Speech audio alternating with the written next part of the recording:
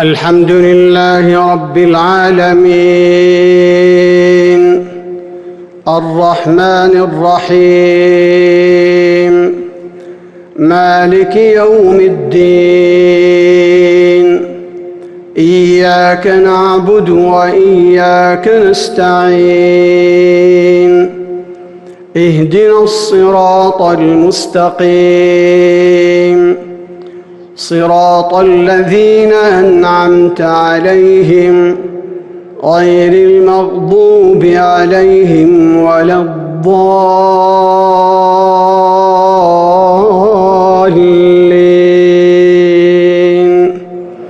آمين. وواعدنا موسى 30 ليلة وأتممناها ب10 فتم ميقات ربه 40 ليلة. وقال موسى لأخيه هارون اخلفني في قومي وأصلح ولا تتبع سبيل المفسدين.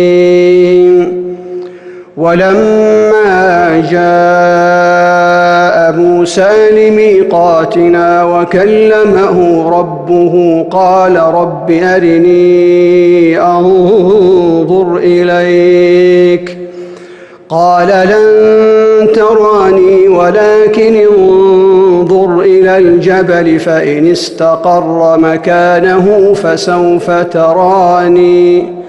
فلما تجلى ربه للجبل جعله دكا وخر موسى صعقا. فلما أفاق قال سبحانك تبت إليك وأنا أول المؤمنين. قال يا موسى إني اصطفيتك على الناس برسالاتي وبكلامي فخذ ما آتيتك وكن من الشاكرين. وكتبنا له في الألواح من كل شيء موعظة وتفصيلا لكل شيء فخذها بقوة وأمر قومك يأخذوا بأحسنها سأريكم دار الفاسقين.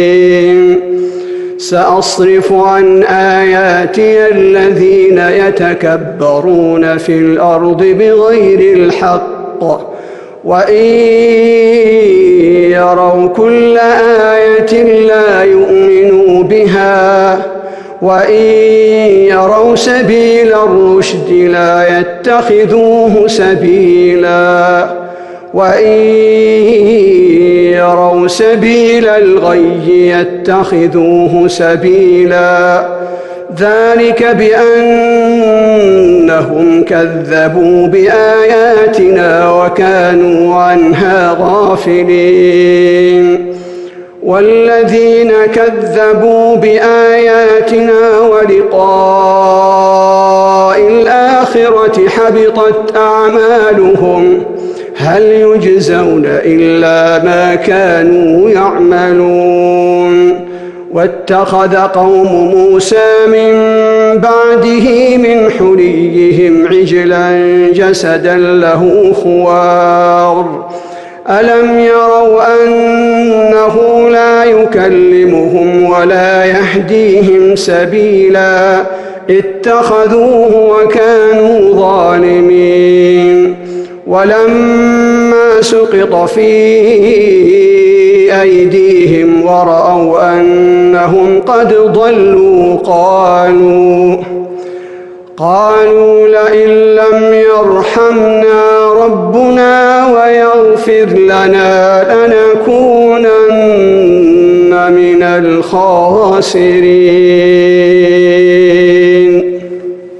ولما رجع موسى إلى قومه غضبان أسفا قال بئس ما خلفتموني من بعدي أعجلتم أمر ربكم وألقى الألواح وأخذ برأس أخيه يجره إليه قال ابن أم إن القوم استضعفوني وكادوا يقتلونني فلا تشمت بي الأعداء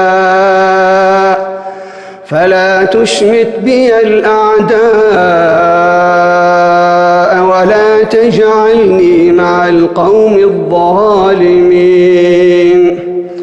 قال رب اغفر لي ولأخي وأدخلنا في رحمتك وأنت أرحم الراحمين